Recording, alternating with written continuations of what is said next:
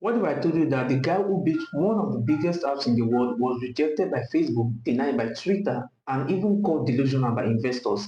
Well, today let me tell you the unbelievable story of Brian Acton, a guy who was rejected but later went on to build an app that over 2 billion people uses every day, and that app is called WhatsApp. So let's remember 2006, Brian had a good job. He was working at Yahoo, leading the advertising platform. He had stable salary, he had respect, he had security, he had everything, that kind of life that anyone would hold on to. But Brian wasn't satisfied. He wanted more. Like he wanted to build something bigger. So he did the unthinkable. He quit. Like he wasn't fired. He wasn't suspended. He just quit. And where did he set his sight next? Facebook. Yes, you heard that right. Facebook. I remember at the time, Facebook was exploding. Facebook was the leading tech company in the world. Everyone wanted to work there, so Brian also applied. And guess what happened next? He got rejected. Can you imagine that? Working away from a stable salary only to get rejected by the hottest tech company in the world. But here's where things started to get interesting because that rejection, it wasn't just a rejection, it planted a seed.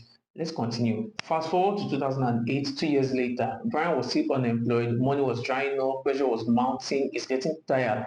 In fact, he has gotten to a point where he's starting to get fed up. And then he tried again one last time, but this time he tried with Twitter. And then again, he got rejected again by Twitter. Now, let me pause here and ask you a question. Be honest, how many of you would have given up by now? You were not rejected once, but twice by two of the biggest tech companies in the world. Many people would have given up. I would have given up, but Brian didn't. And here's the twist. Around this time, he met someone that would change his life forever. And who did he meet? Jan Kong. But who was Jan? Jan was also an ex-Yahoo employee and was also rejected by Facebook. So they've basically gone through the same experience. Two ex-Yahoo employees, both rejected by Facebook, both frustrated by how clunky mobile communication was at the time. And during one of their casual chats, something happened. An idea sparked. What if we could build an app where people could send instant messages in real time without paying those crazy fees telecom companies were charging per text? Now remember back then, sending SMS was expensive. Telecom companies were making billions just from text messages. And then in 2009, something big happened. Apple lost the iPhone App Store, and that was the opportunity. Brian had $250,000 in savings. That was his life's work. That was his safety net. And what did he do? He handed everything to Jan. Now think about that for a second. All your savings, everything you have worked for, gone in a single gamble. But while Brian looked for a job to pay the bills, Jan coded day and night. And when they finally launched the app called WhatsApp, something disturbing happened. The app was a disaster. The first version of WhatsApp kept crashing. Nobody wanted to use it. The app just 10 users.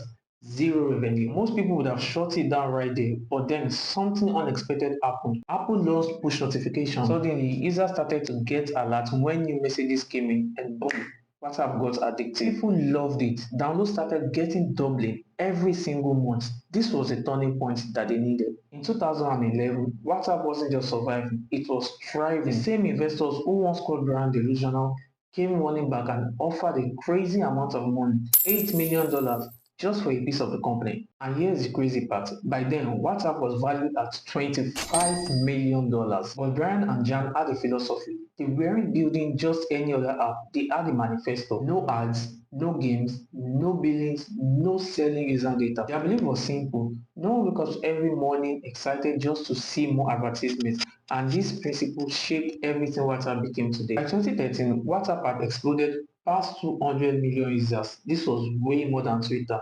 And here's the word, but they did everything with just 50 employees. Imagine that 50 people building an app that's bigger than Twitter. And then something happened.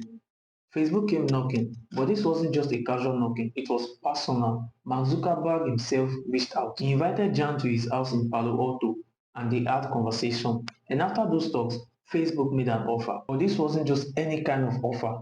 $19 billion. That was the largest tech company acquisition in history by then. But don't forget, the company that once rejected Brian are now begging to buy his company. But the story doesn't just end there. By 2018, Facebook wanted to push ads inside WhatsApp. They wanted weaker privacy protection. And this went against everything Jan and Brian stood for. So what did they do? They walked away. Jan quietly resigned and Brian, he left $850 million in investor stocks. Why? Because principle matters more than profit.